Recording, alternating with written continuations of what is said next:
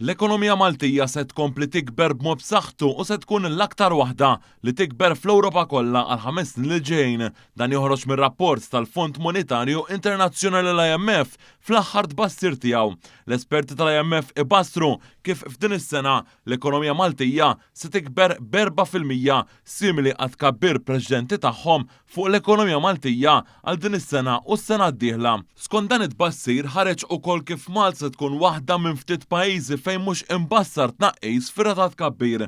Hawnhekk ir-rata Malta tisboq ir-rata medja tkabbir ekonomiku fiż-żona euro u f'pajjiżi avvanzati ekonomikament. Dan hekk kif ir-rata medja fiż-żona euro ta' ftit aktar 1% biss, waqt li dik fil-pajjiżi meqjusa avvanzati mistennija tkun taħt 2%. Bekk ifisser li Malta taqbiżhom bi kważi 4 darbiet jew bid-doppju. Fl-istess perjodu pajjiżna mistenni jara r-rata tal-qatt taqa' għal inqas livell storiku ta' 2.5% li wkoll l-inqas waħda mill-pajjiżi Ewropej kollha. Sattant il-Prim Ministru Roberta Bela reaġixxa għal din l-aħbar b'kitba fuq il-midja soċjali fejn qal li waqt li l-ekonomija globali għandha prospetti baxxi, dik Maltija se tibqa' l-aktar waħda li tikber.